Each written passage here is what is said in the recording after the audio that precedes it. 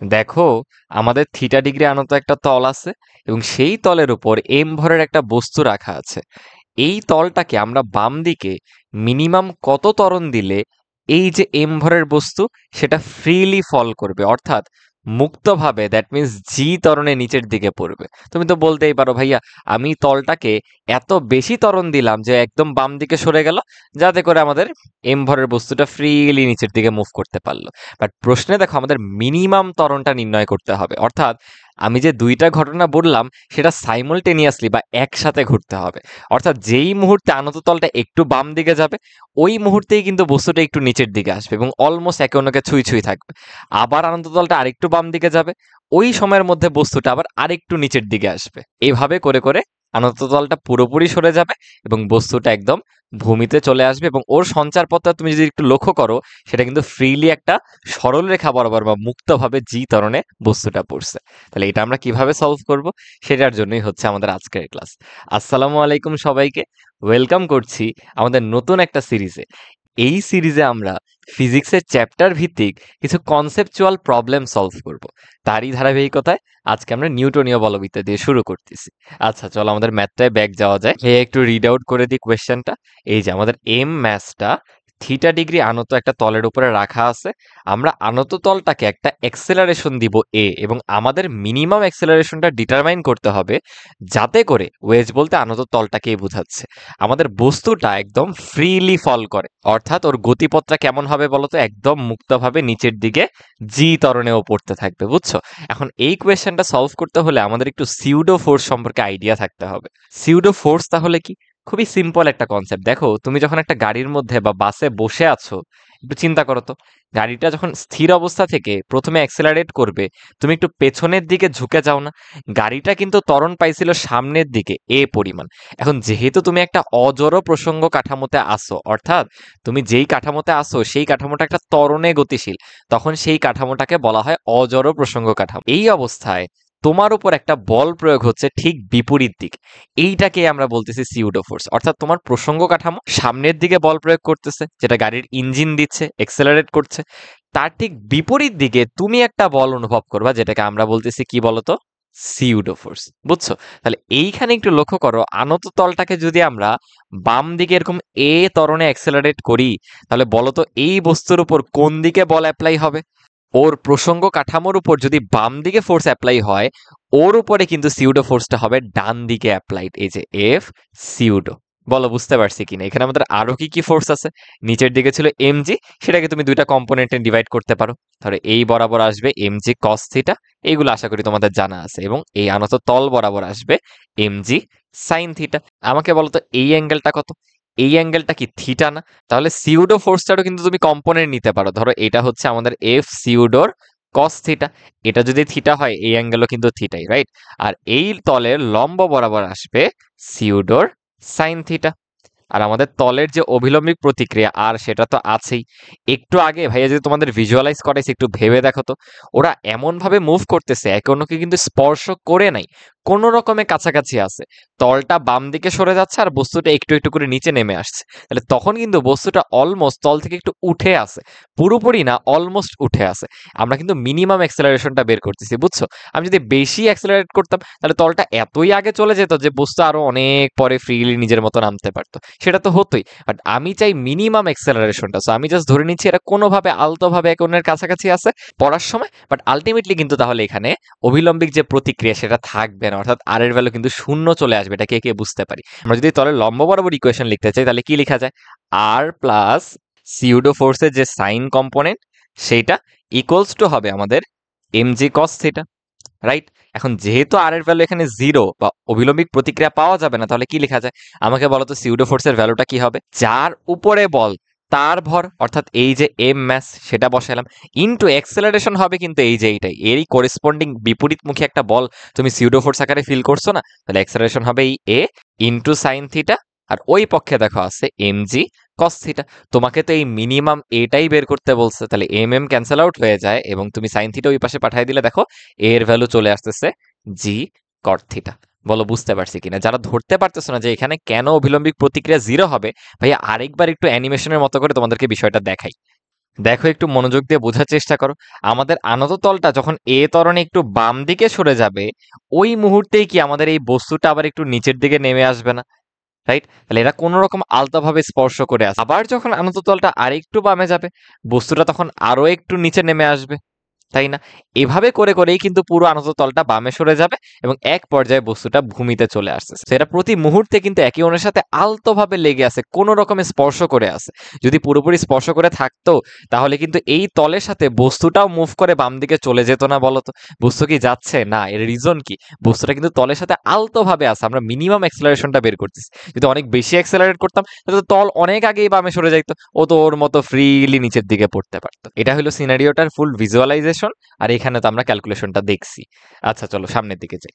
দেখো আমাদেরকে বলা হচ্ছে 2 কেজি ভরের একটা বস্তু উত্তর দিকে 5 মিটার পার সেকেন্ড বেগে যাচ্ছিল। আমি ধরো উত্তর দক্ষিণ পূর্ব পশ্চিম নিয়ে নিচ্ছি। বস্তুটার আদিতে একটা বেগ ছিল এবং সেটা দেখো উত্তর দিকে 5 মিটার পার সেকেন্ড, রাইট? আমরা কি করছি, পূর্ব দিক বরাবর 10 নিউটন বল অ্যাপ্লাই করছি। 4 সেকেন্ড পরে আমাদের বস্তুটার সরণ, এবং এই কোয়েশ্চেন আমি মেইন যে পার্টটায় ফোকাস করতে চাই, গতিপথের সঞ্চার পথ বের করতে হবে, বুঝছো? প্রথমে ভাই একটু বেসিক থেকে ভেঙে ভেঙে দেখাই, এরপর একটা এফিশিয়েন্ট ওয়ে দেখাবো সলভ করা। আমরা কি করবো জানো, পুরো গতিটাকে এক্স এবং ওয়াই দুইটা অক্ষে ভাগ করে চিন্তা করব। আমাকে বলো তো, এক্স অক্ষের ক্ষেত্রে আমি কি করতে পারি? আমি যে বলটা প্রয়োগ করছি সেটা হলো পূর্ব দিক বরাবর। পূর্ব দিক মানে কি, এখানে আমাদের এক্স অক্ষ, বা তুমি এখানে লিখতে পারতা পূর্ব দিক বরাবর, রাইট? সেই অক্ষে আমি এফ বল অ্যাপ্লাই করছি। তাহলে এই যে ত্বরণটা আমরা পাচ্ছি 5 মিটার পার সেকেন্ড স্কোয়ার, এটা কিন্তু এক্স অক্ষ বরাবর ক্রিয়াশীল ত্বরণ। এটা আমরা ধরতে পারি কিনা, কারণ আমাদের ফোর্সটা অ্যাপ্লাই হয়েছে পূর্ব দিক বরাবর বা এক্স অক্ষ বরাবর, তাই ত্বরণটাও থাকবে ওই অক্ষে। তাহলে এক্স অক্ষে আমি লিখতে পারি s equals to u t plus half a t square. But আমাদের 9-10 গতিবিদ্যার এই যে সূত্রগুলো, সেটা যে কোনো একটা এক্সিসের অ্যাপ্লাই করা যাবে। অর্থাৎ এখানে হবে এক্স অক্ষের সরণ, এক্স অক্ষের বেগ, এক্স অক্ষের ত্বরণ। টাইম তো একটা স্কেলার রাশি, রাইট? তাহলে পরে আমি কি ভ্যালু বসাতে পারি বলতো?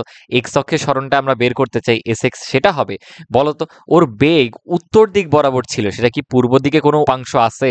কজ 90 কত হয়ে যাবে? জিরো না? অর্থাৎ পূর্ব দিক বরাবর বা এক্স অক্ষে কোনো আদি বেগই ছিল না, অর্থাৎ এতটুকুর ভ্যালু কিন্তু সিম্পলি জিরো হয়ে যাবে। সো আমরা জাস্ট বসাবো হাফ ইন্টু এর ভ্যালু 5 ইন্টু 4 স্কোয়ার। তাহলে আমাদের এক্স অক্ষ বরাবর বা পূর্ব দিকে যে সরণটা সেটা কিন্তু 40 মিটার চলে আসতেছে। একই কাজ চলো এখন ওয়াই অক্ষের ক্ষেত্রে করি। ওয়াই অক্ষ মানে হচ্ছে আমাদের উত্তর দিক বরাবর। বলতো ওই অক্ষে কি কোনো বল প্রয়োগ করা হয়েছে? বলটা ছিল পূর্ব দিকে, তাহলে ওই অক্ষে কিন্তু বলের কোনো উপাংশ নাই। তাহলে এক্ষেত্রে সূত্র হবে কিন্তু এস ইকুয়ালস টু ভিটি। এবং যেহেতু আমরা ওয়াই অক্ষে আসি, তোমাদের বোঝার সুবিধার্থে ভাইয়া বললাম এস ওয়াই, এখানে বেগটাও হবে ভি ওয়াই বা উত্তর দিকে। দেখো তোর আদি বেগ যেটা ছিল সেটাই তো এই যে 5 মিটার পার সেকেন্ড, সেটা কিন্তু উত্তর দিক বরাবর, এবং ওই অক্ষে কোনো ত্বরণ নাই, মানে আদি বেগটাই আজীবন শেষ বেগ থাকবে বা ও সমবেগে চলবে। অর্থাৎ আমাদের ওয়াই অক্ষের যে সরণটা সেটা হবে 5 ইন্টু 4 এত মিটার, অর্থাৎ আমরা পেয়ে যাচ্ছি 20 মিটার। দেন এখান থেকে তুমি চাইলে এস নেটটা বের করতে পারো। সেটা কি হবে বলো তো? Root over of 40 square plus 20 square. তুমি থিটাটাও বের করে দেখা দিতে পারো যে আলটিমেটলি ও কোথায় পৌঁছাবে। বাট এটা কিন্তু খুব একটা এফিশিয়েন্ট ওয়ে না, বুঝতেছো? ভাইয়া জাস্ট এই গতিপথের সঞ্চারপথটা বোঝানোর জন্য এইভাবে একটু অ্যাপ্রোচ করছি। দেখো আমরা দুইটা ইকুয়েশনকে একসাথে মার্জ করতে হবে। তাহলে আমি কি করতে পারি, টি এর ভ্যালু এখান থেকে বের করে ওইখানে বসাইতে পারি, অর্থাৎ s y divided by v y. আমাদের হিসাবের সুবিধার্থে ভাইয়া এস এক্স কে এক্স লিখতেছি।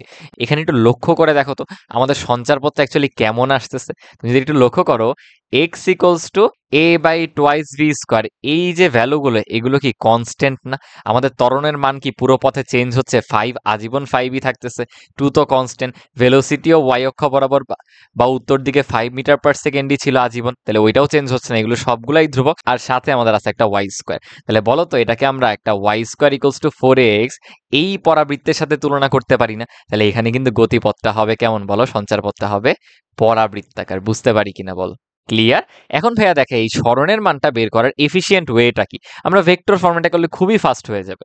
দেখো আমরা যদি জাস্ট এভাবে চিন্তা করতাম যে বস্তুর যে আদি বেগ ইউ, সেটা আমাদের ওয়াই অক্ষ বরাবর, দ্যাট মিন্স আদি বেগের ভ্যালুটা হচ্ছে 5 জে এত মিটার পার সেকেন্ড। বল এটা লিখতে পারি কিনা? আমরা যে বলটা প্রয়োগ করতেছি ওকে, সেটা দেখো এক্স অক্ষ বা পূর্ব দিক বরাবর, তাহলে আমাদের প্রয়োগকৃত যে বল এন আই এত নিউটন, এটা লিখতে পারতাম না? তাইলে দেখো এখন আমরা ডিরেক্ট ফর্মুলা অ্যাপ্লাই করব ভেক্টর ফরম্যাটে, F equals to M into A. আমাদের এ লাগবে ভেক্টর ফরম্যাটে, এ হবে কি simply F by M. That is 10i কে আমরা জাস্ট ভাগ করে দিচ্ছি 2 কেজি দ্বারা, অর্থাৎ ত্বরণ চলে আসতেছে 5i। আগে তো আমরা এটাই পাইছিলাম যে এক্স অক্ষ বরাবর এত ত্বরণ, ওইটাই আমরা জাস্ট আই হ্যাট দিয়ে লিখতেছি।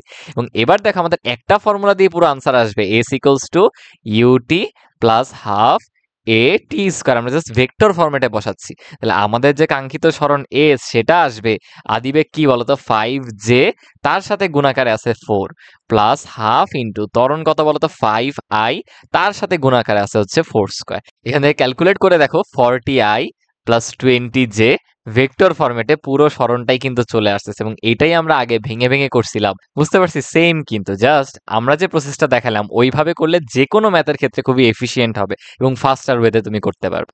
বুঝছি অনেকটুকু সময় নিলাম এই ম্যাথে, চলো সামনে চলে যাই। আচ্ছা দেখো তো এখানে কি বলা হইলো, আমরা 10 কেজি ভরের একটা বস্তুকে 8 মিটার পার সেকেন্ড বেগে উলম্বভাবে ছুড়ে দিছি, বাতাসের বাধা দেওয়া আছে, আমাদের বের করতে হবে বস্তুটা মাটিতে আবার কত বেগে আঘাত করবে।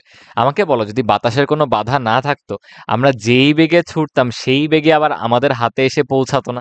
বাট বাতাসের বাধা থাকলে কিন্তু সিনারিওটা সেটা হবে না। তাহলে এই ক্ষেত্রে কি হবে, চলো করার চেষ্টা করি। ধরলাম আমরা ইউ বেগে ছুটতেছি এবং বস্তুটা এরকম সর্বোচ্চ একটা উচ্চতা এইচে পৌঁছাচ্ছে। এই যাত্রাকালে এর উপর ক্রিয়াশীল বল কি কি আমাকে বলো তো। নিচের দিকে অভিকর্ষজ ত্বরণ কাজ করতেছে, অর্থাৎ এমজি ফোর্স আছে। আর বাতাসের বাধাটা কোন দিকে হবে বলো তো। বস্তুর বেগ যেহেতু উপরের দিকে বা সে উপরে ধাবিত আছে, বাতাসের বাধা হবে তার গতির বিপরীতে। দ্যাট মিন্স বাতাসের যে রেজিস্ট্যান্সটা সেটা নিচের দিকেই হবে। ধর আমি ক্যাপিটাল এফ দ্বারা তাকে ডিনোট করতেছি। তাহলে আমাদের নিট বল কোথায় হবে? অবভিয়াসলি নিচে, কারণ দুইটা বলই নিচের দিকে। তাহলে এখানে আমরা সমীকরণটা কি লিখতে পারি বস্তুর জন্য? এফ নেট সমান এম এ, এবং নিট বলের ইকুয়েশন হবে দেখো দুইটা একই দিকে বল, অর্থাৎ summation F plus M G equals to M A. আমরা এখান থেকে ত্বরণটা ডিটারমাইন করার চেষ্টা করব। তাহলে আমাদের ত্বরণ এ আসবে এফ বাই এম প্লাস জি। বাতাসের বাধা কত দেওয়া বলতো 2 নিউটন, তাহলে 2 ডিভাইডেড বাই বস্তুর ভর 10 কেজি প্লাস হচ্ছে আমাদের 9.8। তাহলে বস্তুটা যখন উপরের দিকে উঠতেছে তখন আমাদের ত্বরণ চলে আসলো 10 মিটার পার সেকেন্ড স্কোয়ার। বা এটা কিন্তু অ্যাকচুয়ালি মন্দন, তার বেগ কমবে এবং সে সর্বোচ্চ একটা হাইটে পৌঁছাবে। তাহলে এখন আসলে আমরা গতিবিদ্যার ইকুয়েশন অ্যাপ্লাই করে সর্বোচ্চ হাইটটা বের করার ট্রাই করি। আমরা কি জানি v square equals to u square minus 2ah। Minus কেন দিলাম, কারণ মন্দন হচ্ছে, ত্বরণটা নিচের দিকে, তার গতি উপরের দিকে। তাহলে শেষ বেগ তো এখানে 0ই হচ্ছে, বস্তু যে সর্বোচ্চ উচ্চতায় থেমে যাচ্ছে। অর্থাৎ হাইট আসবে simply you square by 2a, যেটা আমরা আগে ইউ স্কোয়ার বাই 2g দিয়ে জানতাম, কারণ তখন ইফেক্টিভ ত্বরণটা হতো জি, বাট এক্ষেত্রে ইফেক্টিভ ত্বরণটা কিন্তু এইটা হচ্ছে বাতাসের বাধার কারণে। অর্থাৎ আমাদের বস্তুটা 3.2 মিটার উচ্চতায় উঠতেছে। এখন তোমরা ভাবতেই পারো ভাইয়া সব তো এখনো স্ট্রেইট ফরওয়ার্ড আছে, আসলে নাই। দেখো এখন যখন বস্তুটা নিচের দিকে ব্যাক করবে তখন একটু সিনারিওটা চিন্তা করো তো। বস্তুটা উপরে গিয়ে থেমে গেল, দেন আবার নিচে ব্যাক করতেছে, তাহলে এখন আমি আবার নিচে নামার সময় আদিবেগ শূন্য ধরতেছি, এবং শেষ মুহূর্তে যে বেগ ভি এটাই তো আমরা বের করতে চাই, তাই না? কত বেগে মাটিতে ফিরে আসতেছে। এখন এই যাত্রা পথে বলতো এই বস্তুর উপর কি কি বল কাজ করতেছে? অবভিয়াসলি আমাদের এমজি ফোর্স নিচের দিকে কাজ করতেছে না, অনেকে বাতাসের বাধাও নিচে দিয়ে দিবা, বাট দেখো এখন বস্তুর বেগ কিন্তু নিচে, অর্থাৎ গতিটা নিচের দিকে। দ্যাট মিন্স বাতাসের বাধা হবে গতির বিপরীতে, অর্থাৎ উপরের দিকে। দেখছো বস্তু যখন উপরে উঠতেছিল বাতাসের বাধা নিচে, বস্তু যখন নিচে নামতেছে বাতাসের বাধা কিন্তু উপরের দিকে। এখানে আমাদের নিট ত্বরণ কোথায় হবে? অবভিয়াসলি নিচের দিকে, বা নিট বল নিচেই আসবে, নাহলে তার বস্তু নিচের দিকে আসতো না, ওর বেগ 0 ছিল, রাইট? তাহলে আমরা ইকুয়েশন লিখতে পারি এফ নেট সমান এম এ। নিট বলটা কি হবে? বড় মাইনাস ছোট, যেহেতু 180 ডিগ্রি অ্যাঙ্গেলে আছে, আমরা ধরে নিছিলাম যে এমজিটা বড়, এই জন্যই তো বস্তু নিচে যাচ্ছে, অর্থাৎ ইকুয়েশন এমন দাঁড়াচ্ছে। এখান থেকে আমরা এখন নতুন এক্সেলারেশন বা সেকেন্ড কেসে যে এক্সেলারেশন সেটা বের করতেছি, এবং তুমি ভ্যালু পুট করে দিলে পাচ্ছ 9.6 মিটারস পার সেকেন্ড স্কোয়ার। এবার আসলে আমরা ভিটা বের করে ফেলি, খুবই সিম্পল। আগের মতো v square equals to u square, এবার হবে প্লাস টোয়াইস এ এইচ। তাহলে আমাদের শেষ বেগটা আসতেছে 2 ইন্টু 3.2 ইন্টু 9.6, অর্থাৎ 7.84 এত মিটার পার সেকেন্ড। দেখো বাতাসের বাধা মাত্র ছিল 2 নিউটন, তাতেই বস্তুর বেগের একটা অংশ কিন্তু অপচয় হয়ে গেছে ওই বাধার এগেনস্টে ফাইট করতে গিয়ে। 7.84 মিটার পার সেকেন্ডে ব্যাক আসছে। বাধা যত আরো বেশি হবে তত কিন্তু বেগের ক্ষেত্রে এই ডিফারেন্সটা আমরা দেখতে পারবো। বুঝতে পারছি কিনা? তাহলে কিন্তু এখানে দুইটা কেসে ভাগ করে নিয়ে ম্যাথটা করতে হবে। একটা কেস যখন বস্তুটা উপরের দিকে উঠতেছে, আর দ্বিতীয় কেসটা হচ্ছে বস্তু যখন নিচের দিকে নামতেছে, কারণ দুই ক্ষেত্রে বাতাসের বাধার দিক ভিন্ন এবং ত্বরণ কিন্তু ভিন্ন। গতিবিদ্যার ইকুয়েশন তো আগের মতোই। চলো সামনের দিকে যাই। আচ্ছা দেখো আমাদের বাতাসের বাধার আরো একটা ম্যাথ। 6 কেজি আর 3 কেজি দুটি বস্তু দড়ি দিয়ে সংযুক্ত আছে, আমরা ধরে নিব এরা টান টান অবস্থায় আছে, বুঝছো? এরপর বাতাসের বাধা বলে দিয়েছে 3 নিউটন, তাহলে দড়ির ওই টানটাই বের করতে হবে। এখন এখানে একটা ট্রিকি পার্ট আছে, আমাকে বলো তো, ওরা যেহেতু উলম্বভাবে নিচে পড়তেছে, কোন ভরটা উপরে হবে কোনটা নিচে হবে? মানে এইটা 6 কেজি, এইটা 3 কেজি, নাকি নিচের ভরটা 6 কেজি আর উপরের ভরটা 3 কেজি? বলো তো। তোমরা ফার্দার সামনে আগানোর আগে একটু নিজেরা কমেন্টে গেস করো তোমাদের লজিকের সাহায্যে, এরপর ভাইয়ার সাথে সলিউশনটা মিলাও। দেখো, যদি উপরের ভরটা 6 কেজি হইতো, ওর উপর যে গ্র্যাভিটির টান সেটা কি অনেক বেশি না 3 কেজির উপর গ্র্যাভিটির যে টান তার থেকে? অর্থাৎ 3 কেজি যে পরিমাণ ফোর্সে নিচের দিকে পড়বে, 6 কেজি কিন্তু তার চেয়ে বেশি ফোর্সে নিচের দিকে পড়বে। এতে করে দড়িটা কিন্তু আর টান টান থাকবেই না। এরকম হয়ে যাবে যে 6 কেজি 3-এর অনেক কাছাকাছি আসছে, দড়িটা এরকম লুজ হয়ে গেছে, এক পর্যায়ে 6 এসে 3-এর সাথে সংঘর্ষে লিপ্ত হবে। বুঝছো? বাট আমরা এখানে দড়ির টান বের করবো, দ্যাট মিনস এটা টান টান অবস্থায় আছে, এটা অ্যাজিউম করে নিচ্ছি। অর্থাৎ আমাদের কিন্তু এই সেকেন্ড কেসটা এখানে মানে আমাদের 6 কেজি বস্তুটা আছে নিচে আর 3 কেজি আছে উপরে। বুঝছো? এখানে কিন্তু আমাদের বাতাসের বাধা দেওয়া আছে 3 নিউটন। এখানে কাইন্ড অফ সিনারিওটা মনে করো এরকম ঘটবে যে দুইটা একসাথে এভাবে ফ্রিলি নিচের দিকে পড়তে থাকবে, জি ধরনেই পড়তো, বাট কেন পড়তেছে না? কারণ বাতাসের বাধা আছে। বুঝছো? এই ধরনের কোয়েশ্চেন সলভ করতে হলে ফ্রি বডি ডায়াগ্রাম আঁকাতে হবে, অর্থাৎ আলাদা আলাদা করে প্রত্যেকটা ভরকে তুমি অ্যানালাইসিস করো। ধরো ভাইয়া 3 কেজিকে নিচ্ছি, আমাকে বলো তো এর উপরে কি কি বল ক্রিয়া করতেছে? প্রথমেই নিচের দিকে যে এমজি বল, আমি একবারে এম বসাই দিচ্ছি, 3G সেটা আছে।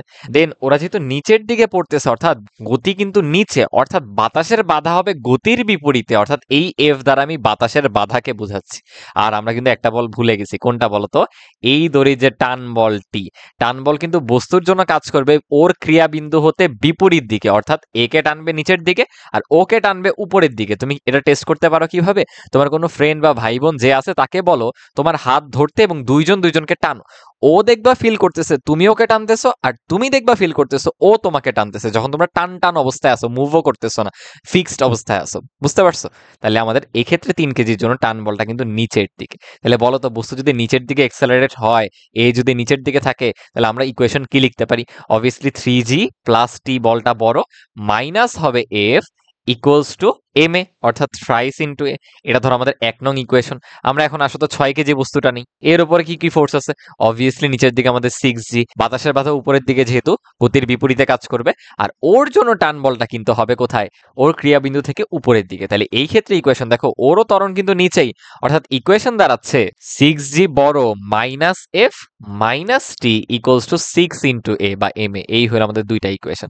আমাদের টান বলটা বের করতে হবে না। এখন আমরা দুইটা ইকুয়েশন সাম করে দিলে কি দাঁড়ায়? টি টি কেটে গেছে, অর্থাৎ 9G minus twice F equals two 9A। আমরা এ বের করে নিয়ে যে কোনো একটা ইকুয়েশনে পুট করলে টি পেয়ে যাব। তাহলে এর ভ্যালু আসবে 6/9 এত into G, that means 9.8 minus 2 into বাতাসের বাধা দেখো বলে দিয়েছিল 3 ডিভাইডেড বাই হচ্ছে 9। এখান থেকে আমরা ত্বরণ পাচ্ছি 5.867 এত মিটার পার সেকেন্ড স্কোয়ার। তুমি এইটা নিয়ে যে কোনো একটা ইকুয়েশনে পুট করে দাও, তাহলে দেখবে টি এর ভ্যালুটাও বের করে ফেলতে পারতেছো। বুঝতে পারলাম কিনা ভাইয়া? টিটা বের করে দেইনি। চলো সামনের দিকে যাই, তোমরা করে আনসারটা কমেন্ট করো। আচ্ছা দেখো, এখন আমরা পরপর কয়েকটা একটু ইউনিক ম্যাথ সলভ করবো। আমরা সাধারণত যে দড়িগুলো ইউজ করি তখন কিন্তু ধরে নিই দড়ির নিজস্ব কোনো ভর নাই, বাট এই ক্ষেত্রে ম্যাথটা যেটা ভাইয়া নিচ্ছি, দেখো দড়িটা হচ্ছে একটা সুষম ভরের দড়ি, অর্থাৎ দড়ির নিজস্ব ভর কিন্তু আছে। এই ক্ষেত্রে আমরা এই দড়িটাকে 4 নিউটন বল দ্বারা টানতেছি, যেই প্রান্তে আমরা বল প্রয়োগ করতেছি সেখান থেকে এত মিটার দূরের বিন্দুতে টান কত। দেখো ভাই একটু ভিজুয়ালাইজ করে ঘটতেছেটা কি। ধরো এই হচ্ছে আমাদের দড়ি, যার লেন্থ 2 মিটার, এবং একে আমরা ধরো ডান দিকে 4 নিউটন বল দ্বারা টানতেছি। আমরা কিন্তু অবশ্যই ভরটা সুষম ধরে নিব, নাহলে আমাদের পক্ষে করা সম্ভব না। 4 নিউটন বল আমি যেই প্রান্তে প্রয়োগ করতেছি সেখান থেকে 0.5 মিটার দূরে, ধরো এতটুকু হচ্ছে আমার 0.5 মিটার, অর্থাৎ এই বিন্দুটাতে টান বল কত সেটা আমাদের বের করতে হবে। এই যে এখানে আমরা এই টাইপের ম্যাথ করার সময় কি চিন্তা করবো জানো? দড়ির এই প্রান্ত এবং অপর প্রান্তকে দুইটা ভরের মতো কল্পনা করে নিব। অর্থাৎ আমরা আগে যেভাবে ম্যাথগুলো করতাম, আমার এই পাশে একটা ভর আছে, এই পাশে একটা ভর আছে, এদেরকে আমি একটা ভরহীন দড়ি দ্বারা যুক্ত করে দিছি এবং পুরো সিস্টেমটাকে আমি 4 নিউটন বল দ্বারা টানতেছি। বুঝতে পারতেছো? তাহলে আমাকে বলো তো এর ভর কত হবে আর এর ভর কত হবে? আমরা ধরলাম পুরো দড়ির ভর হচ্ছে ক্যাপিটাল এম, পুরো দড়ির ভর হচ্ছে ক্যাপিটাল এম, অর্থাৎ 2 মিটার দৈর্ঘ্যের ভর কত? Capital M. তাহলে আমাকে বলো আমরা এই যে 0.5 মিটার আর 1.5 মিটার এটা বের করে ফেলতে পারবো না? 0.5 মিটার দৈর্ঘ্যের ভর হবে m/2 ইন্টু 0.5। বা m/4, একইভাবে তুমি 1.5 এর জন্য বের করলে দেখবা চলে আসতেছে থ্রাইস m/4, অর্থাৎ এটার ম্যাস m/4 আর এটা হচ্ছে থ্রাইস m/4। কনসেপ্টটা ধরতে পারছো কি? এখন আমাদের নরমাল ব্লক থাকলে আমরা যেভাবে ইকুয়েশন লিখতাম তাই তো লিখতে হবে। তাহলে এই বস্তুর উপর টান বল ক্রিয়া করতেছে ডান দিকে টি, আর এই বস্তুর উপর টান বল ক্রিয়া করতেছে বাম দিকে টি। আসলে ইকুয়েশন লিখি, যেহেতু এটা ডান দিকে এ ধরনের গতিশীল হবে তাহলে 4 নিউটন বড়, 4 - t ইকুয়ালস টু আসবে কি এই যে ম্যাস, অর্থাৎ m/4 ইন্টু এ, একটা ইকুয়েশন গেল। আর এই বস্তুর উপর একমাত্র বলই তো টান বল, অর্থাৎ এফ নেট দ্যাট ইজ টান বল equals to thrice m/4 into A. দেখো আমাদের দুইটা ইকুয়েশন হয়ে গেছে, জাস্ট সামেশন করে দাও, টি কেটে গেছে, তাহলে থাকতেছে 4 ইকুয়ালস টু এম এ, অর্থাৎ আমাদের এক্সেলারেশনের ভ্যালু এম এর রেসপেক্টে চলে আসতেছে 4/m। এটা কিন্তু আমরা একবারও লিখতে পারতাম পুরোটাকে একটা সিস্টেম চিন্তা করে নিলে, বুঝছো? কারণ এই এ এর ভ্যালুটা নিয়ে যে কোনো একটা ইকুয়েশনে পুট করে দাও, তো আমি এখানে পুট করবো, 2 নঙে পুট করতেছি, তাহলে টি ইকুয়ালস টু আসবে থ্রাইস m/4 ইন্টু হচ্ছে আবার 4/m। দেখো এম কাটা 4 কাটা, অর্থাৎ টি ইকুয়ালস টু আসতেছে 3 নিউটন। দ্যাট মিন্স এই বিন্দুটাতে 3 নিউটন বল অনুভব করবে দড়ির বাম প্রান্ত প্লাস দড়ির ডান প্রান্ত। বুঝছো? ভরযুক্ত দড়ি থাকলে তাহলে কিভাবে ম্যাথগুলো করব? জাস্ট ওই ভরযুক্ত দড়িটাকে দুইটা আলাদা বস্তু বানায় ফেলবো দুই প্রান্তকে, এবং মাঝখানে আমরা ভরহীন দড়ি থাকলে যেভাবে ম্যাথ করতাম ওইভাবে সংযুক্ত করে টান বল বের করব। ক্লিয়ার? চলো এটাই আমরা আরো সামনে কয়েকটা ম্যাথে প্র্যাকটিস করি। কি বলা হলো দেখো, 10 মিটার দৈর্ঘ্যের একটি সুষম দড়ি একটি ভরহীন ও ঘর্ষণহীন কপিকলের উপর রয়ে গেছে। মানে আগে দেখবো আমরা কপিকলের দুই পাশে এরকম দুইটা বস্তু ঝুলাই দিতাম, মনে আছে? এখন আর বস্তু দেয় না, এখন একটা দড়ি ঝুলাই দিছে এই কপিকলটার উপরে। অর্থাৎ এটা দেখো আমাদের একটা দড়ি, সেই দড়ির একটা অংশ ওই প্রান্তে আছে আর বাকি অংশটা এই প্রান্তে ঝুলে আছে। দেখো বলছে এক পাশে ঝুলন্ত দড়ির দৈর্ঘ্য কত? 7 মিটার, অর্থাৎ এতটুকু হচ্ছে আমাদের 7 মিটার। তাহলে ওই প্রান্ত কতটুকু দাঁড়াচ্ছে বলতো? 3 মিটার না? ভাইয়া কি বলছিলাম, এটাকেও জাস্ট একটা ম্যাসের মতো কল্পনা করে নাও যে আমাদের এই পক্ষে একটা ম্যাস আছে m1, এই পক্ষে আরেকটা ম্যাস আছে m2, এবং এখানে কিন্তু m2 গ্রেটার দেন হবে m1। এটা আমরা বুঝতে পারি কিনা, যেহেতু এই পক্ষে দড়িটা বড়, যেহেতু আমরা সুষম ভরের দড়ি নিয়ে নিব, অর্থাৎ পুরো দড়িটার মধ্যে কিন্তু ভরটা ইকুয়ালি ডিস্ট্রিবিউটেড। তাহলে আমরা কি বলতে পারি দেখো, 10 মিটার দৈর্ঘ্যের ভর হচ্ছে ক্যাপিটাল এম, আমি ধরে নিছি আর কি পুরো দড়ির ভর ক্যাপিটাল এম। তাহলে আমরা 7 মিটারের জন্য ভর কত বলবো? Simply 7m/10। আর 3 মিটারের জন্য কত আসবে? Thrice m/10। তাহলে আসলে এখানে ইকুয়েশন লিখি, m2 এর জন্য টি উপরে, m1 এর জন্য টি উপরে। যেহেতু m2 টা বড়, এর গতিটা কিন্তু হবে এই দিকে ত্বরণটা, অর্থাৎ আমাদের m2 যাবে হচ্ছে নিচের দিকে এ ত্বরণে আর m1 যাবে উপরের দিকে এ ত্বরণে। এখানে ইকুয়েশন তাহলে কি লেখা যায়? নিচে আছে m1g, বাট উপরে ত্বরণ হয় টিটাকে বড় অ্যাজিউম করব, তাহলে t - m1g equals to m1 into a, একটা সমীকরণ।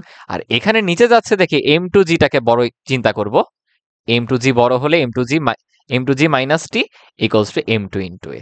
বলো তো m1 m2 জায়গায় জাস্ট এই ভ্যালুগুলো ইনপুট দিয়ে এখান থেকে তোমরা ত্বরণটা বের করে আনতে পারবা না, এটা তোমাদের টাস্ক থাকবে।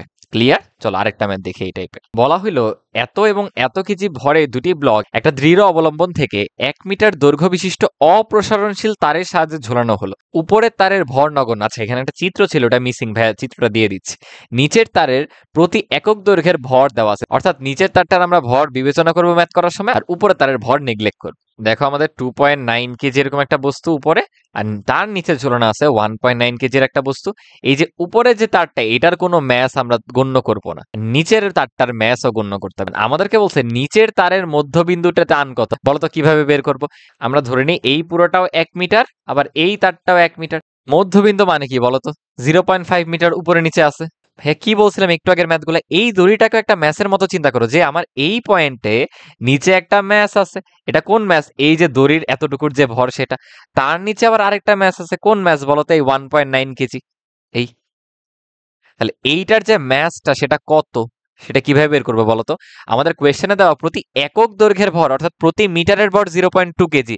তাহলে আমাদের 0.5 মিটারের ভর কত হবে? 0.1 কেজি। তাহলে আমরা এই ম্যাসের ভরটাও জানি। আবার আমাদের সিস্টেমটা দেখো এত ত্বরণে কিন্তু ঊর্ধ্বগামী ছিল, মানে পুরো সিস্টেম এত ত্বরণে ঊর্ধ্বগামী। তাহলে এই পয়েন্টের রেসপেক্টে টান বল উপরের দিকে, আর নিচের দিকে কি বল আছে বলতো? এই দুইটার এডিশন করে যে ম্যাসটা পাবো সেই ম্যাস ইন্টু জি না? তাহলে উপরের দিকে অ্যাক্সেলারেশন হইলে কিন্তু টি মাইনাস এই mg সমান হবে m এ। দ্যাট মিন্স আমাদের টি এর ভ্যালু চলে আসবে simply m g plus m, এই ক্যাপিটাল এম কিন্তু দুইটার সামেশন, অর্থাৎ দেখো এমটা কমন নিয়ে আমি জি প্লাস এ লিখতেছি। এম কত আসবে? এই 1.9 কেজি তো আসতেছে, এই প্লাস এই 0.1 কেজি বা দড়ির অংশটাও আসতেছে, ইন্টু জি প্লাস এ অর্থাৎ 9.8 প্লাস 2। এটা করলে সিম্পলি আমাদের 20 নিউটন চলে আসতেছে। এটা কিন্তু আমরা 1 নংটা করলাম কেবল, এখন 2 নংটা করতে হবে। বুঝতে পারছি কিনা? দড়ির জাস্ট নিচের অংশটুকু আমরা একটা ভর হিসেবে বিবেচনা করে নিছি। যারা আগের ম্যাথগুলো ধরতে পারবা তারপর কিন্তু এই ম্যাথটা আসবা, ধাপে ধাপে করতে হবে, হঠাৎ করে এটা দেখলে কিন্তু ধরতে পারবা না। 2 নম্বরে ছিল হচ্ছে উপরের তারের মধ্যবিন্দুতে টান কত। তাহলে উপরের তারের কি আমাদের ভর গণনা করতে হবে? তাহলে এর মধ্যবিন্দুতে বের করো, উপরের বিন্দুতে বের করো, নিচের বিন্দুতে বের করো, আলটিমেটলি দড়ির প্রত্যেকটা বিন্দুতেই টানের ভ্যালু কিন্তু সেমই আসবে। তাহলে আসলে সেই টিটা হিসাব করি। আমরা এইভাবে সহজভাবে চিন্তা করতে পারি না। দেখো আমাদের 2.9 কেজি ম্যাস আছে, তার নিচে আবার আমাদের এই পুরো দড়িটা আছে, দড়ির ম্যাস আমি কাউন্ট করতে পারি না বলতো? 0.2 কেজি হচ্ছে 1 মিটারের জন্য, দড়ির লেন্থ তো 1 মিটারই, অর্থাৎ এটা হবে 0.2 কেজি, এবং নিচে আবার আছে 1.9 কেজি। বুঝছো? দড়িটাকে জাস্ট আমি একটা ম্যাসের মতো চিন্তা করে নিছি। এন্ড পুরো সিস্টেমটা যেহেতু এই ধরনের উপরে যাচ্ছিল, তাহলে উপরে আমাদের টি বড়, মাইনাস এই টোটালটার যে এম, তার মাধ্যমে নিচে আছে কি এম জি, তাহলে মাইনাস এম জি সমান এম এ। তাহলে আগের মতো আমাদের টি ইকুয়ালস টু আসতেছে এম ইন্টু জি প্লাস এ। এম এর মধ্যে কি কি বসবে? 2.9, 1.9 এবং 0.2, দড়ির ভরটাও কিন্তু বসতেছে এবং পুরো দড়িটা আসতেছে, ওটাকে একটা ব্লকের মতো জাস্ট চিন্তা করে নিছি, ইন্টু 9.8 প্লাস 0.2। এখান থেকে আমরা সিম্পলি 50 নিউটন আনসার পেয়ে যাব। বলো বুঝতে পারছি কিনা? চলো সামনের দিকে যাই। আচ্ছা, এগুলো একবারে নিউটনের গতিসূত্রের একদম ফান্ডামেন্টালস। কি বলা হলো? একটা বন্দুক হতে বুলেট নিক্ষেপ করা হলো এবং বুলেটে যে অর্পিত বল সেটা টাইমের একটা ফাংশন হিসেবে দেওয়া আছে, বুঝছো? যখনই বুলেটটি বন্দুকের নল হতে নির্গত হয় তখন এর উপর বল শূন্য হয়ে যায়। বুলেটের উপর প্রযুক্ত গড় ঘাত কত বা বলের ঘাত বের করতে বলছে। বুলেটের উপর কিন্তু বল ততক্ষণই প্রয়োগ করা হয় যতক্ষণ বুলেটটা কি আমাদের বন্দুকের নলের ভিতরের দিকে আছে না, বলতো? ধরো বুলেটটা এখানে ছিল, ওর উপরে এই পুরো জায়গা জুড়ে আমরা ফোর্স অ্যাপ্লাই করছি, শেষমেশ ও বের হয়ে গেছে। যখন বের হয়ে গেল তখন তো আর আমরা ফোর্স অ্যাপ্লাই করতে পারতেছি না, রাইট? তাহলে আমাকে বলো তো, বুলেটটা শুরু থেকে বের হতে কত সময় লাগবে সেটা আমরা বের করতে পারবো না? অবশ্যই পারবো, কারণ আমাদের দেখো বলের ইকুয়েশন দেওয়া এবং টাইমের রেসপেক্টে এই যে এত, যেই মুহূর্তে বন্দুক হতে বুলেটটা বের হয়ে যাচ্ছে তখন বলের ভ্যালু কত বলতো? শূন্য না? অর্থাৎ এফ এর ভ্যালু আমরা 0 অ্যাপ্লাই করে দিলে দেখো টাইমটা বের হয়ে যাচ্ছে যে সময় গণনা শুরু থেকে ঠিক কত সেকেন্ড পর আমাদের বুলেটটা বের হয়ে আসতেছে বন্দুক হতে। ভ্যালুটা খুবই ক্ষুদ্র, একদম 3 মিলি সেকেন্ড আর কি। আচ্ছা, এখন আমাদের বলছে এর উপর প্রযুক্ত গড় ঘাত কত বা বলের ঘাত কত। বলের ঘাত মানে কি? ভরবেগের পরিবর্তন না? ভরবেগের পরিবর্তন মানে কিন্তু ডেল্টা পি। বাট এখানে সমীকরণটা, বলের ইকুয়েশনটা যেহেতু টাইম ভ্যারিং, সময়ের উপর নির্ভর করে, তুমি কিন্তু এইভাবে করতে পারবে না, তোমার ডিফারেন্সিয়াল অপারেটর লাগবে। অর্থাৎ নিউটনের সেকেন্ড ল কি ছিল? বস্তুর ভরবেগের পরিবর্তনের যে হার, অর্থাৎ ডিডিটি অফ পি, সেটা প্রযুক্ত বলের সমানুপাতিক, এবং সমানুপাতিক ধ্রুবকটা ওর নামে 1 নিউটন দিয়ে দিছে, তাই ইকুয়েশন এটাই দাঁড়ায়। তোমার এখান থেকে ভরবেগের পরিবর্তন বা এই যে ডিপিটাই তো দরকার, তাহলে এটাকে যে কোনো এক পক্ষে নাও, তাহলে ডিপি ইকুয়ালস টু আসতেছে এফ ডিটি। দেখো তো এফ এর ইকুয়েশন টি এর রেসপেক্টে দেওয়া কিনা। তাহলে ডিপি ইকুয়ালস টু লেখা যায় 600 মাইনাস 2 ইন্টু 10⁵ ডিটি। এই স্টেপটাকে কিন্তু ভেরিয়েবল সেপারেশনও বলা হয়। তুমি টিপ গুলাকে সব এক পক্ষে নিয়ে গেছো, পি কে অপর পক্ষে রাখছো। এখন তুমি ইন্টিগ্রেট করে দিতে পারো না বলো তো? বোথ সাইডে ইন্টিগ্রেট করলেই তো তুমি ভরবেগের পরিবর্তন বা বলের ঘাতটা পাবা। বলের ঘাত মানে কিন্তু ভরবেগের পরিবর্তন। কেন?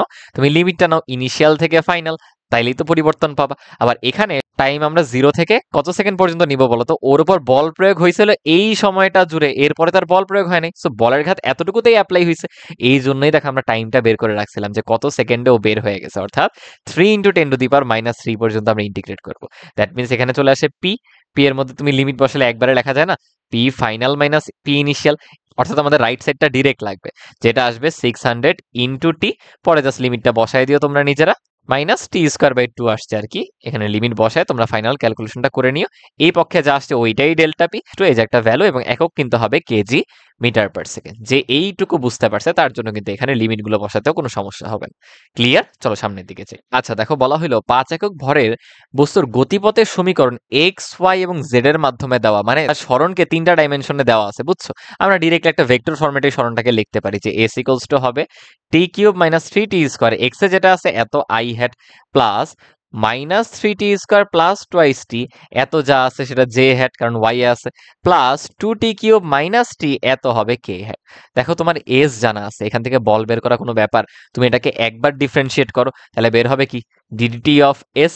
এটাকেই কিন্তু আমরা ভেলোসিটি বলি, অর্থাৎ একবার ডিফারেন্সিয়েট করলে আসবে কি 3t² - 6t, এত আই হ্যাট। আবার সব সামেশন করে দিও না, প্রত্যেকটা অ্যাক্সিসে কিন্তু কম্পোনেন্টগুলো আলাদা থাকবে। -6t plus 2j, 6t² -1। Calculation ভুল গেলে ওটা তোমরা ফিক্স করে দিও। আবার বেগকে যদি তুমি টাইমের রেসপেক্টে ডেরিভেটিভ করো তাহলে কি চলে আসে বলো তো? অ্যাক্সেলারেশন বা ত্বরণ না? আরো একবার ডেরিভেটিভ করো। 6t - 6 এত i প্লাস -6 এত j প্লাস 12t এত k। দেন তোমার অ্যাক্সেলারেশন হয়ে গেছে f ইকুয়ালস টু কি? সিম্পলি এম এ না? এটার সাথে একটা কনস্ট্যান্ট এম গুণ করে দাও, এই যে 5 একক দেওয়া আছে। তাহলে তুমি ফোর্স পেয়ে গেছো, বাট দেখবে ওখানে টিটা আননোন হিসেবে রয়ে গেছে। এই জন্য তোমাকে বলে দিচ্ছে 2 সেকেন্ড পরে টি এর ভ্যালু জাস্ট 2 ইনপুট দিয়ে দাও। খুবই সিম্পল, কিন্তু একবার ফান্ডামেন্টাল একটা বিষয়। বুঝতে পারছি? চলো সামনের দিকে যাই। দেখো কি বলা হইলো, 1 কেজি ভরের বস্তু এফ ইকুয়ালস টু 2t এত বলের প্রভাবে এক্স অক্ষ বরাবর চলছে 6 সেকেন্ডে এর দূরত্ব কত? বলো তো, আগের ম্যাথের রিভার্স না এটা? কারণ আমরা কি জানি, তুমি সরণকে একবার ডিফারেন্সিয়েশন করলে বা ডেরিভেটিভ করলে বেগ পাওয়া যায়। তুমি বেগকে আরেকবার ডিফারেন্সিয়েশন করো বা ডেরিভেটিভ করো, অ্যাক্সেলারেশন পাবা। যদি রিভার্সে আসে, অ্যাক্সেলারেশন থেকে ইন্টিগ্রেট করলে বেগে আসে, আবার বেগ থেকে ইন্টিগ্রেট করে কিন্তু সরণে চলে আসে। তো তোমাদের কাজ কি হবে বলো তো? এফ ইকুয়ালস টু টোয়াইস টি লেখা। এফ মানে কি? M A. তাহলে এম এ ইকুয়ালস টু লেখা টোয়াইস টি। এম এর ভ্যালু তো 1ই, অর্থাৎ এ ইকুয়ালস টু টোয়াইস টি। একে আমরা কি লিখতে পারি বলো তো? ডিডিটি অফ ভি না? সেটা equals to twice T. Variable separation করে দাও, টি কে টি এর সাথে নিয়ে যাও। তাহলে দাঁড়ায় d v equals to twice t d t. একবার ইন্টিগ্রেট করে দাও, ইন্টিগ্রেশন অফ 0 থেকে ভি পর্যন্ত ডিভি, আর এখানে হবে 0 থেকে টি পর্যন্ত, টু তো বাইরে, টি ডিটি। তাহলে কি আসতেছে বলো? এখানে সিম্পল একটা ভি থাকবে, আর ওই পক্ষে আসবে t²/2। এই 2 এর সাথে কিন্তু কেটে যাচ্ছে, তুমি লিমিট অ্যাপ্লাই করলে এই t² থাকতেছে। আবার আমরা কি করতে পারি? ভেলোসিটিকে লেখা যায় ডিডিটি অফ এস এত ইকুয়ালস টু t²। তুমি আবার ভেরিয়েবল সেপারেশন করে লিখতে পারো ds equals to t² dt। আবার ইন্টিগ্রেট করে দাও। এখন দেখো তোমার 6 সেকেন্ডের দূরত্বটা লাগবে। তাহলে শুরু থেকে এখন অবধি কতটুকু দূরত্ব হইলো? 0 থেকে 6 সেকেন্ড পর্যন্ত। তাহলে এস চলে আসবে সিম্পলি t³/3। বাস, এখানে এখন 0 থেকে 6 পর্যন্ত লিমিটটা অ্যাপ্লাই করে দাও, 6³/3। এত মিটারই কিন্তু চলে আসতেছে। বুঝতে পারছি কিনা? চলো সামনের ম্যাথে যাই। বলা হইলো একটি বস্তুর ভর ও বেগের ইকুয়েশন আমাদেরকে দেওয়া আছে। t ইকুয়ালস টু 5 সেকেন্ডে বস্তুর উপর প্রযুক্ত বল কত? দেখো তো, আমাদের প্রযুক্ত বল মানেই কি? ভরবেগের পরিবর্তনের হার। তাহলে ডিডিটি অফ পি কে আমি লিখতে পারি কি? এমভি। এখন যেহেতু এম আর ভি দুইটাই ভেরিয়েবল, দুইটাই টাইমের রেসপেক্টে ভ্যারি হচ্ছে, তাহলে আমরা কি করব? ইউভির ফর্মুলা করব ডেরিভেটিভের। অর্থাৎ এম কে স্থির রেখে ভি এর ডিফারেন্সিয়েশন, দেন ভি কে স্থির রেখে এম এর ডিফারেন্সিয়েশন। বা তুমি চাইলে একবারে রাশি দুটা বসাইতা, দেন দেখো দুটা গুণ আকারে আসে না, সো ইউভির ফর্মুলা এমনিই পড়তো। তাহলে এরপর জাস্ট তোমরা সিম্পলি ক্যালকুলেশনটা করে নিও, যেখানে টিটা আননোন হিসেবে রয়ে যাবে ওইখানেই টি এর এই ভ্যালুটা পুট করে দিবা। বুঝতে পারছি? দেখো, এটাই আমাদের আজকের ক্লাসের শেষ ম্যাথ। বলা হয়েছে একটি গতিশীল বস্তুর উপর এফ ইকুয়ালস টু কেটি এত বল ক্রিয়া করে, প্রাথমিক ভরবেগ পি হলে বল ক্রিয়ার কত সময় পর ভরবেগ দ্বিগুণ হবে? তাহলে আবার সেই বলের সাথে ভরবেগের সম্পর্ক, অর্থাৎ ডিডিটি অফ পি হচ্ছে আমাদের ফোর্স। আমাদের কি লাগবে বলতো? কত সময় পর ভরবেগ দ্বিগুণ হবে? তাহলে এদেরকে আলাদা করে ফেলো, অথবা তুমি এফ এর ইকুয়েশনটা যদি পুট করতা কে ইন্টু টি, তাহলে তোমার বোঝার কথা ভাইয়া টি এর সাথে আমার ডিটি কে নিতে হবে, ভেরিয়েবল সেপারেশন। তাহলে এফ ইন্টু ডিটি লেখা যায়, বা ওইটাকে আমি ডিরেক্টলি লিখতে পারি কে টি ইন্টু হচ্ছে ডিটি। এবার আমরা বোথ সাইডে ইন্টিগ্রেট করব, ইন্টিগ্রেশন অফ ডিপি, আর এখানে ইন্টিগ্রেশন অফ কে তো বাইরে, টি ডিটি। আমাকে তুমি লিমিটটা বলো। দেখো, ইনিশিয়াল ভরবেগ কিন্তু 0 না, ইনিশিয়ালি ভরবেগ বলাই হচ্ছে পি, আর পরে হচ্ছে double, that is twice P. আর যখন সময় গণনা শুরু হয়েছে তখন টাইমটা 0, এখনো একটা টাইম আমি টিতে আসছি যখন ভরবেগটা কি হচ্ছে? ডাবল হচ্ছে। তাহলে এখানে কি লেখা যায়? পি আসবে, লিমিট হবে কি? পি থেকে টোয়াইস পি পর্যন্ত। এখানে আসছে সিম্পলি k/2, কারণ এখানে t²/2 আসছিল আর কি, 0 থেকে টি পর্যন্ত। এরপর তুমি লিমিট অ্যাপ্লাই করে দিলে এই পক্ষে থাকতেছে টোয়াইস পি মাইনাস পি, ওই পক্ষে কিন্তু কে t²/2। তোমার দেখো কত সময় পরে দ্বিগুণ হবে, অর্থাৎ টাইমটাই বের করতে হবে। টি ইকুয়ালস টু কি দাঁড়াবে? এখানে টোয়াইস পি বাই কে এর যে রুট ওভার। কোয়েশ্চেনে just F equals to KT equation না দিয়ে একটা ভ্যালু সম্বলিত ইকুয়েশন দিলে টি এর একটা ভ্যালু বের করে ফেলতে পারতাম আমরা। বুঝতে পারছি? তাহলে এই ছিল মোটামুটি আমাদের আজকের ক্লাস। ভাইয়া বিভিন্ন প্যাটার্নের কয়েকটা ইউনিক প্রবলেম তোমাদেরকে দেখানোর চেষ্টা করছি। আশা করি তোমরা বুঝতে পারছো। দেখা হচ্ছে নেক্সট কোনো ক্লাসে। তোমরা বাসায় ভালো মতো প্র্যাকটিস করো, আর যে কোনো ডাউট হলে সেটা কমেন্ট সেকশনে জানাতে পারো। আল্লাহ হাফেজ সবাইকে। আসসালামু আলাইকুম।